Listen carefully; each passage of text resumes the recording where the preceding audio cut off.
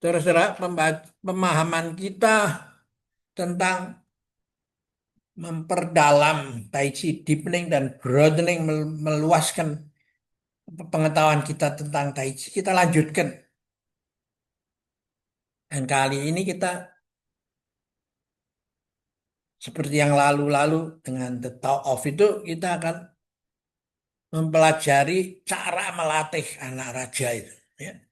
The Tao of, cara mendidik anak raja yang mau dipersiapkan untuk menggantikan kedudukannya, toh.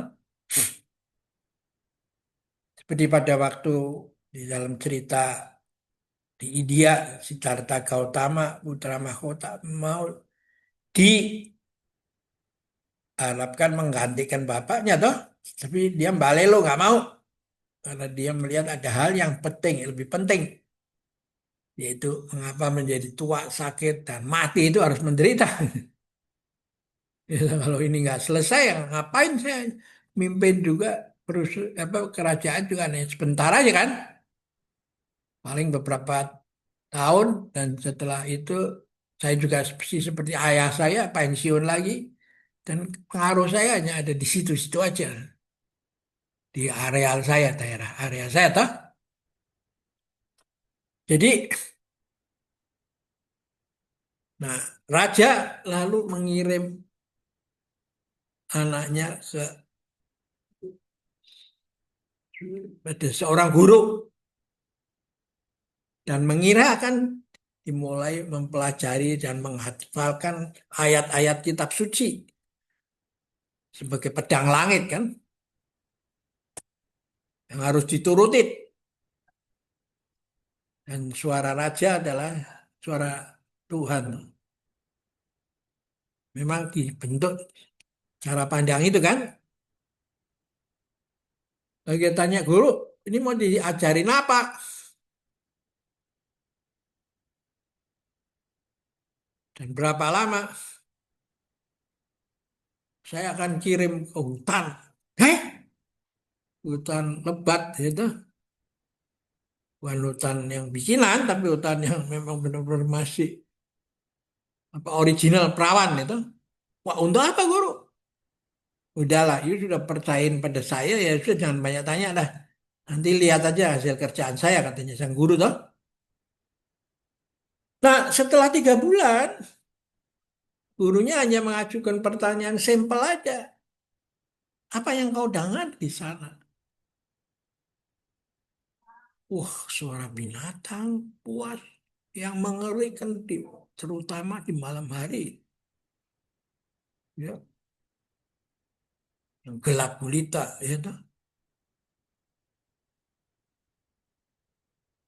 Nah, setelah mendengar itu, sang guru mengatakan, ah, kamu belum lulus. Coba sebulan lagi. Dia pergi lagi ke sebulan lagi. Ayahnya juga was-was. Aduh, ini gimana sih ini guru? Dikirim ke sini, ke hutan yang begitu membahayakan lah. Selama sebulan gitu. Lagi, ya setelah itu ditanya yang sama. Dan muridnya menjawab, guru, saya mendengar suara angin bertiup menggesek dedaunan. Ya, jangkrik mengerik, nyamuk mendengung di kuping saya, semut berjalan, air menetes ke daun. Ah, kalau begitu kamu lulus dan boleh pulang itu. Dan coba pelajarin, tinggal kamu mempelajari bagaimana seluk-beluk cara mengatur kerajaan ayahmu. Kamu belajar sama orang-orang yang di lapangan, ya kan? Jadi inilah menariknya dari cara pandang kuno itu, bahwa yang penting mentalitasnya itu, bukan kemampuan Anda mengotak-atik komputer, membaca buku-buku tebel-tebel apa segala. Ini diselesaikan dulu, ya. Karena apa? Karena mereka melihat bahwa manajemen yang dibilang modern itu konsepnya adalah see, judge, and act gitu. See the situation as it really was, judge and act. Padahal seeing itu kan hanya mendengar apa punya keterbatasan dari pandangan kita kan. Tapi kalau hearing lebih luas kan. Tapi kalau hearing tidak dilatih, ya dia hanya gampang disodok-sodok sana, sana sini tuh, atau dibiarkan lewat begitu aja tanpa perhatian tuh.